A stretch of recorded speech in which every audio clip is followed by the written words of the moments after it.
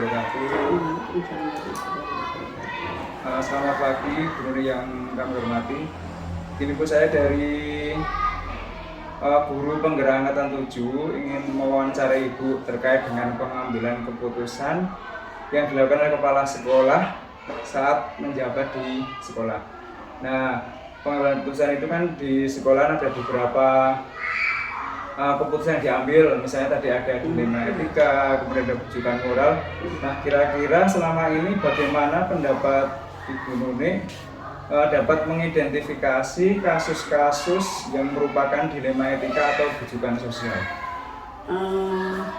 Untuk yang dilema etika itu misalnya kita mengambil keputusan itu semua sama-sama benar, tetapi nanti mana yang paling tepat itu yang perlu kita lakukan atau kita putuskan. Misalnya ada anak yang berprestasi tetapi tidak pernah masuk sekolah. Nah, dalam hal prestasi dia mengangkat nama baik sekolah, terus tapi untuk presensi dia kurang, sehingga kalau dilemanya itu nanti apakah anak ini mau dinaikkan atau tidak, itu kan sama-sama benar. Dinaikkan itu juga benar, seumpama tidak dinaikkan juga karena dia mengangkat nama sekolah juga itu nanti harusnya juga benar. Jadi itu nanti perlu juga dimusyawarahkan bersama. Kemudian kalau misalnya menyangkut masalah-masalah yang menyangkut nama baik sekolah, terutama yang antara yang benar dengan yang salah, misalnya anak mengalami bullying itu nanti apakah perlu kita atau anak itu kena narkoba itu lah, apakah itu kita perlu dilaporkan ke Polres, Polsek ya atau tidak, itu juga merupakan dilema. Karena kalau misalnya dilaporkan itu nama baik sekolah akan tercemar, tapi kalau tidak dilaporkan itu juga kita akan kebenaran itu akan tidak terungkap. Keadilan itu untuk yang dilema ya, rujukan moral. Terus yang pertanyaan berikutnya adalah bagaimana Ibu sebagai kepala sekolah menjalankan pengambilan keputusan, terutama untuk kasus-kasus di mana ada dua kepentingan yang bersama-sama dan sama-sama benar atau sama-sama mengandung nilai kebajikan? Ya, kalau itu sama-sama benar, itu yang pertama ya kita identifikasi dulu kasusnya bagaimana, apakah itu menyangkut individu ataukah itu menyangkut bersama-sama orang banyak. Nah, nanti yang kita utamakan yang kepentingan orang banyak. Jadi itu yang jadi prioritas utamanya nanti adalah kepentingan orang banyak. Kemudian dari semua itu kita lihat juga aturannya seperti apa. Kalau aturannya itu sudah sesuai, nanti kita menangkan yang mana tadi, yang individu atau yang banyak tadi, orang banyak. Nah, nanti aturannya itu bagaimana, menyangkut aturan. Kemudian di samping itu karena kalau menyangkut orang banyak atau masa depan anak, itu sebaiknya ya kita musyawarahkan bersama-sama dengan guru, atau nanti kita musyawarahkan juga dengan orang tua. Oh, iya Bu. Terus pertanyaan yang ketiga Bu, langkah-langkah atau prosedur seperti apa sih yang biasanya Ibu lakukan selama ini dalam pengambilan keputusan? Langkah-langkahnya yaitu yang pertama yang mesti identifikasi kasusnya dulu. Terus fakta-fakta di lapangan itu seperti apa? Ya seperti tadi apakah kepentingan individu atau kepentingan orang banyak. Kemudian aturan-aturannya itu bagaimana aturannya. Kalau kita misalnya milih A, apakah itu menyalahi aturan atau tidak, atau milih B menyalahi aturan atau tidak. Kemudian ya sebaiknya semuanya itu dimusyawarahkan. Ya misalnya menyangkut dengan orang tua ya kita musyawarahkan dengan orang tua. Kalau menyangkut dengan bapak ibu guru ya kita musyawarahkan bersama-sama bapak ibu guru. Menyangkut siswa semua apalagi itu nanti ya bermusyawarah dengan bapak ibu guru. Itu yang biasanya kita lakukan. Terus dari langkah tersebut kira-kira hal-hal apa saja yang selama ini Ibu anggap efektif dalam pengambilan keputusan kasus dilema etika? Yang efektif itu adalah yang pertama ya itu tadi apa? Mengenai aturannya. Aturannya itu bagaimana? Aturannya kalau sudah ada aturannya ya kita jalankan sesuai dengan aturan, itu efektif. Kalau belum ada aturan kita buat kebijakan. Lah kebijakan itu perlu adanya musyawarah. Kalau sudah dimusyawarahkan bersama-sama itu menjalankannya lebih nyaman. Karena apa? Semua sudah tahu aturan itu, kebijakan itu dan kita jalankan bersama, itu lebih efektif pelaksanaannya. Ya, jadi tadi dimusyawarahkan dulu ya Bu. Ya, tidak ada aturan, kemudian setelah itu kita musyawarahkan bersama antara guru atau yang memiliki kepentingan. Betul. Terus pertanyaan berikutnya adalah dari tadi yang Ibu jelaskan kan ada beberapa yang dianggap efektif dalam pengambilan keputusan dalam kasus dilema etika. Terus pertanyaan berikutnya adalah yang merupakan atau menjadi tantangan dalam pengambilan keputusan dilema etika itu apa Bu? Yang pertama itu rasa kasihan rasa kasihan. Biasanya kalau menyangkut siswa itu biasanya adalah rasa kasihan. Misalnya mau menaikkan siswa atau tidak menaikkan siswa itu kan juga dilema toh. Itu juga biasanya adalah rasa kasihan. Itu tantangan terbesar adalah rasa kasihan. Kemudian rasa keadilan kita. Kalau kita menurut peraturan itu biasanya sudah adil, tapi kadang-kadang kan ada sesuatu yang katakanlah kita itu ya ada rasa kasihan. Itu tantangannya di situ itu. Kita mau menegakkan peraturan ataukah kita merasa kasihan. Itu yang tantangan terbesar di situ itu. Kita mau menegakkan keadilan tapi kok mesake ya istilahnya mesake kasihan. Oke, misalnya ada anak yang naik kelas tapi umurnya sudah banyak kan juga kasihan. Mau tidak naik kelas misalnya ya mau tidak naik kelas tapi kita lihat juga masa depannya anak jangka panjangnya itu. Kalau nanti masuk SMA dia itu tidak bisa umurnya itu sudah melebihi itu kan kita mengandung masa depan anak juga. Jadi kita juga memandang itu bagaimana yang kira-kira yang menguntungkan anak itu yang terutama yang menguntungkan anak. Nah, dalam penyelesaian kasus dilema etika ini apakah ada jadwal tertentu Bu? Atau dilakukan secara insidental pada saat ada kejadian? Ya, biasanya kalau ada masalah-masalah itu biasanya ya kita langsung eksekusi langsung ya biasanya, terus kita selesaikan bersama agar kasus itu tidak berlarut-larut, tidak terselesaikan. Tapi misalnya dalam pembinaan, dalam rapat itu kita rapat setiap bulannya kita juga mengadakan pembinaan untuk menyelesaikan masalah-masalah yang sekiranya itu tidak segera harus terselesaikan. Jadi yang paling utama ya eksekusinya adalah langsung. Ya, ketika ada kejadian langsung kita eksekusi untuk penyelesaiannya. Betul, jadi supaya tidak berlarut-larut dan nanti malah ketumpuk-tumpuk nanti malah tidak selesai kasusnya. Terus dari kasus tersebut adakah seseorang atau faktor-faktor apa yang mempermudah atau membantu Ibu Kepala Sekolah dalam pengambilan keputusan dilema etika? Apakah seseorang atau faktor?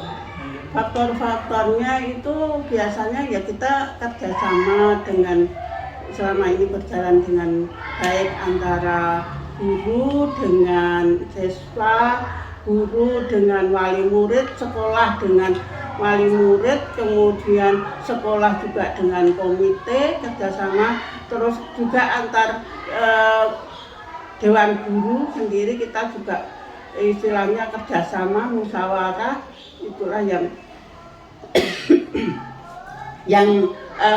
kita gunakan bersama. Itu yang akan mempermudah. Kalau kita itu tidak punya kerjasama istilahnya dengan orang tua, itu kerjasamanya kurang, itu juga akan susah untuk menyelesaikannya. Ya, jadi dari tadi kasus dilema etika ternyata banyak sekali orang-orang yang membantu. Ada dewan guru, ada wali murid, kemudian ada komite sekolah juga membantu kita dalam menyelesaikan masalah dilema etika yang di sekolah ini ya Bu. Terus pertanyaan terakhir Ibu, dari semua yang telah disampaikan, pembelajaran apa yang dapat Ibu petik dari pengalaman dalam pengambilan keputusan dilema etika? Itu permasalahan itu kan banyak sekali ya, banyak hal yang faktor-faktornya juga banyak hal. Oleh karena itu kita identifikasikan dulu, terus kita lihat juga fakta-faktanya seperti apa, terus baru itu kita musyawarahkan. Jadi tadi kesimpulannya seperti itu. Jadi bagaimanapun banyak hal sekali, banyak masalah yang banyak ini harus mau tidak mau kita identifikasikan dulu, mana yang kepentingan individu, mana kepentingan banyak, butuh waktu berapa lama, apakah perlu segera diselesaikan, menyangkut masa depan anak dan sebagainya. Itu juga jadi banyak hal yang perlu dipertimbangkan. Kemudian ya kita identifikasi, kemudian kita lihat fakta-faktanya seperti apa, nanti terus kita musyawarah. Ya, jadi dalam pengambilan keputusan tadi Ibu sampaikan bahwa sebelum kita mengambil keputusan kita harus melihat dulu apa faktor-faktornya, terus apa masalah sebenarnya, kemudian nanti kita ambil keputusan tersebut berdasarkan tadi musyawarah Bu ya. Musyawarah. Tapi ya kalau misalnya itu urgen sekali harus ada keputusan kita saat itu, tidak harus musyawarah, ya kita gunakan sesuai dengan aturan yang ada. Oh iya. Jadi juga berdasarkan aturan yang ada di sekolah dan yang berdasarkan yang ada di dinas ya, pemangku kepentingan. Ya, terima kasih Ibu telah memberikan waktu saya untuk wawancara terkait dengan pengambilan keputusan yang dilakukan oleh pemimpin sekolah atau pemimpin pembelajaran.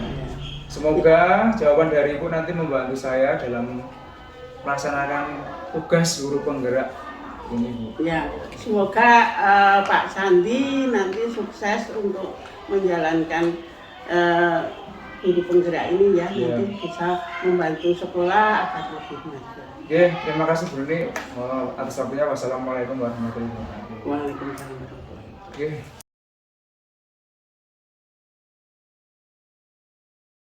Warahmatullahi wabarakatuh. Waalaikumsalam warahmatullahi wabarakatuh. Selamat siang Bu Nisem. Selamat siang. Perkenalkan, saya Sandi Haryadi. Saya calon gubernur penggerak angkatan 7 dari Kabupaten Sleman. Ingin mewawancarai Ibu terkait dengan pengambilan keputusan pemimpin pembelajaran di sekolah Ibu. Nah, sebelum kita wawancara mungkin bisa memperkenalkan diri Ibu. Dari mana SD-nya? Nama saya Nisem dari SD Negeri Tambak Rejo, yang kebetulan saat ini saya diberi sambilan tugas menjadi kepala sekolah di SD. Terima kasih Bu Nisem. Langsung saja Bu ke pertanyaan pertama terkait dengan pengambilan keputusan sebagai pemimpin pembelajaran. Nah, menurut Ibu selama ini bagaimana cara mengidentifikasi kasus-kasus yang merupakan dilema etika atau rujukan? Kita cari permasalahannya dulu, identifikasi, setelah itu kita mencari solusinya. Setelah kita mencari solusi yang tepat, kita musyawarahkan apakah solusi itu tepat atau tidak. Setelah itu pengambilan keputusan dilakukan secara bersama-sama hasil dari mufakat. Jadi pertama tadi namanya identifikasi, kemudian setelah itu kita cari solusinya melalui jalan musyawarah. Lanjut ke pertanyaan berikutnya, bagaimana Ibu mengambil dan menjalankan keputusan di sekolah Anda, terutama untuk kasus-kasus yang dimana ada dua kepentingan yang sama-sama benar? Kita utamakan yang paling darurat, yang paling urgent, dengan tanpa meninggalkan kepentingan siswa. Kita musyawarahkan dewan guru, setelah kita musyawarahkan dewan guru, kita mengajak komite bila perlu langsung kita komunikasikan, tidak lupa komunikasikan dengan wali murid. Jadi misalnya ada dua kepentingan, nanti diambil yang paling urgent, kemudian mementingkan siswa. Mementingkan siswa dan mengesampingkan kepentingan pribadi. Oh iya. Jadi lebih cenderung ke yang berpihak pada murid, kemudian menghindari yang mementingkan diri sendiri. Untuk lanjutnya, langkah-langkah apa sih Bu yang Bu Nisa melakukan selama ini dalam pengambilan keputusan? Selama ini kita mencari solusi dengan tetap musyawarah. Kita carikan latar belakangnya, penyebab masalah itu. Setelah kita tahu penyebabnya, terus kita cari solusinya secara bersama-sama dengan diadakan musyawarah. Pertama guru dulu, setelah guru nanti kita komunikasikan dengan wali. Kalau wali itu mentok, kita libatkan stakeholder, kita musyawarahkan. Setelah itu kita mengambil keputusan dengan tanpa mengesampingkan kepentingan siswa. Berikutnya, hal-hal apa saja Bu yang selama ini dianggap efektif dalam pengambilan keputusan dilema etika ini? Ya tetap sama, kita tetap menggunakan musyawarah, empati, dan keterbukaan. Jadi memang segala sesuatu harus dimusyawarahkan Ibu. Ya, Berikutnya tantangan Ibu dalam pengambilan keputusan itu apa saja? Ya kadang-kadang setelah kita ambil keputusan bersama-sama, tapi ketika dikondisikan dengan siswa ternyata berseberangan dengan kepentingan sekolah. Tapi apapun keputusannya, kalau sudah berseberangan dengan kepentingan sekolah, tapi kalau baik untuk siswa tetap kita lakukan. Mungkin ada ini Bu, kasus dilema etika di sekolah Ibu. Contohnya seperti ini, tempat saya itu kan ada salah satu siswa yang berprestasi olahraga di tingkat nasional, bahkan kemarin menjadi wakil Indonesia. Nah, otomatis ketika sedang melaksanakan apa dia sudah berada di Bali. Terus untuk kenaikan kelas juga seperti kadang-kadang dia sering absen selama setengah bulan karena pelatihan di Bandung. Tapi kok tiba-tiba naik, itu kan sebenarnya dilema untuk kita. Tapi saya memahamkan juga kepada siswa saat ketika berada di kelas, memahamkan kepada wali murid juga bahwa setiap siswa itu punya kecerdasan masing-masing dan punya kelebihan serta kekurangannya. Walaupun si X itu jarang masuk, tapi dia tetap membawa nama baik sekolah, bahkan membawa nama baik kota. Jadi kalau misalnya tiba-tiba dia tidak naik karena hanya ke alasan presensi, itu tidak adil. Toh dia juga bertanggung jawab ketika tes juga bisa mengajarkan. Jadi itu sebenarnya kita agak berseberangan juga ketika anak yang setiap hari hadir nilainya jelek, itu tidak naik, sebenarnya kan itu berseberangan juga. Tapi itu kan memang harus diambil keputusan bahwa yang tidak naik karena memang tidak memiliki kompetensi dasar, walaupun dia presensinya full. Nah itulah kadang-kadang yang berseberangan itu seperti itu. Kadang empati memang perlu diperlukan dalam pengambilan keputusan Bu. Kasihan tau, karena dia membawa nama baik malah. Selanjutnya adalah, apakah ada jadwal tertentu Bu dalam mengatasi kasus dilema etika ini? Tidak ada, kalau ada masalah kita langsung selesaikan.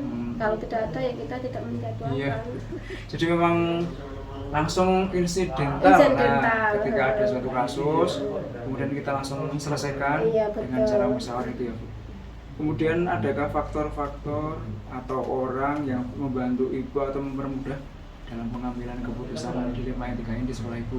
Banyak sekali yang membantu, karena di sini guru-guru juga open, transparan. Bahkan saya kami itu kerjasamanya bagus sekali dengan komite. Dengan komitenya itu juga alumni sini, dan juga mereka itu punya latar belakang sebagai pendidik. Jadi kita benar-benar bersatu dengan komite. Jadi komitenya banyak yang di latar belakangnya oleh pendidikan ya, Bu, ya. Dari Jadi mantan guru, mantan guru. atau mantan kepala sekolah, bahkan ada yang jadi jadi kepala sekolah, di luar biasa komitenya. ada yang jadi kepala dinas di kepala dinas yang pemberdayaan perempuan di Kulon Progo. Jadi mereka malah open. iya, Jadi iya. solusinya tuh banyak yang kita belajar dari mereka. Beliau-beliau. Itu jadi banyak sekali yang membantu ibu dalam mempermudah terutama pengambilan keputusan masalah dilema etika di sekolah SD Tambah Rejo ini, Bu, ya. Kemudian pertanyaan terakhir nih, Bu, dari semua yang tadi disampaikan tadi sama Bu Nismi, pembelajaran apa sih yang dapat ibu petik dari pengambilan keputusan dilema etika ini? Kita bisa ambil hikmahnya bahwa setiap siswa atau peserta didik itu mempunyai kelebihan dan kekurangan yang berbeda. Tidak ada yang sama, jadi kita tidak boleh adjustment dari kekurangan seseorang dari peserta didik. Jadi intinya seperti halnya sekolah hewan, kera juga tidak bisa berenang dan ikan tidak bisa memanjat, sehingga kita harus paham juga dengan kodrat manusia bahwa kita tuh berbeda, siswa tuh juga berbeda. Jadi melihat perbedaan itu kita tidak boleh berpikir negatif, jadi kita ambil yang positif gitu. Iya, Bu. Kalau tadi terkait pengambilan keputusannya bagaimana, Bu? Pengambilan keputusan kita tetap satu dengan musyawarah, keterbukaan, terus kita tidak mementingkan kepentingan pribadi, tapi tetap berpihak pada peserta didik. Terus kita mengesampingkan kepentingan pribadi atau sekolah istilahnya, yang berupa misalnya sekolah kalau seperti itu malu, nah itu dikesampingkan selama untuk siswa. Oke, kalau sekolah baik nggak apa-apa. Ya, Bu, jadi luar biasa Bu Nisem tadi udah memberikan jawaban terkait dengan kepemimpinan pembelajar atau kepala sekolah. Demikian Bu wawancara dari saya. Apabila ada salah kata, kami mohon maaf. Terima kasih atas wawancaranya, kerjasamanya dari Bu Nisem selaku Kepala Sekolah SD Negeri Tambak Rejo. Cukup sekian, Bu. Wassalamualaikum warahmatullahi wabarakatuh. Ya, terima kasih, hanya itu yang bisa saya sampaikan. Mudah-mudahan bermanfaat untuk Ya, Bu. kita semua. Ya, untuk guru bergerak, guru penggerak Indonesia Maju. Indonesia Maju. Mari Oke, terima kasih. Assalamualaikum warahmatullahi wabarakatuh. Ya. Selamat ya, Pak.